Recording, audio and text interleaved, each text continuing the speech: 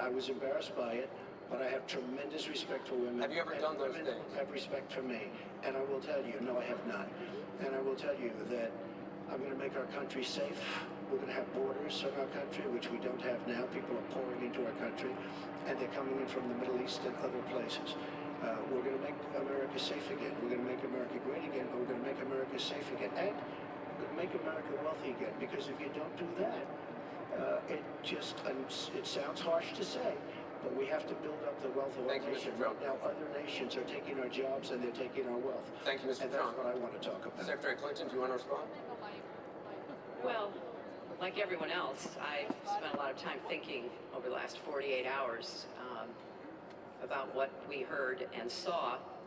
You know, with prior Republican nominees for president, I disagreed with them on politics, policies, principles, but I never questioned their fitness to serve. Donald Trump is different. I said starting back in June that he was not fit to be president and commander-in-chief. And many Republicans and independents have said the same thing. What we all saw and heard on Friday was Donald talking about women, what he thinks about women, what he does to women, and he has said that the video doesn't represent who he is, but I think it's clear to anyone who heard it that it represents exactly who he is, because we've seen this throughout the campaign. We have seen him insult women. We've seen him rate women on their appearance, ranking them from 1 to 10. We've seen him embarrass women on TV and on Twitter. We saw him after the first debate spend nearly a week denigrating a former Miss Universe in the harshest, most personal terms. So, yes, this is who Donald Trump is. But it's not only women, and it's not only this video that raises questions about his fitness to be our president, because he has also targeted immigrants, African Americans, Latinos, people with disabilities, POWs, Muslims, and so many others.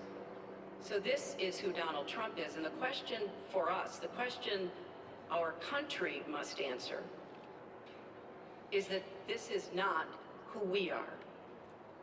That's why, to go back to your question, I want to send a message, we all should, to every boy and girl, and indeed to the entire world, that America already is great, but we are great because we are good. And we will respect one another, and we will work with one another, and we will celebrate our diversity. These are very important values to me, because this is the America that I know and love. And I can pledge to you tonight that this is the America that I will serve if I'm so fortunate enough to become your president. And we want to get to some questions from online. To that. I assume I am. Yes, you can respond to that. And she failed. I've heard them where Hillary's constantly talking about the inner cities of our country, which are a disaster, education-wise, job-wise, safety-wise, in every way possible. I'm going to help the African Americans. I'm going to help the Latinos, Hispanics. I am going to help the inner cities. She's done a terrible job for the African Americans. She wants their vote, and she does nothing, and then she comes back 4 years later. We saw that firsthand when she was a United States Senator. She campaigned where the Mr. Trump, I want to get to audience questions and online questions. So she's allowed to do that, but I'm not allowed to respond. You're going to get to respond right now. Sounds fair. This tape is generating intense interest. In just 48 hours, it's become the single most talked about story of the entire 2016 election on Facebook, with millions and millions of people discussing it on the social network. As we said a moment ago, we do want to bring in questions from voters around the country via social media, and our first stays on this topic.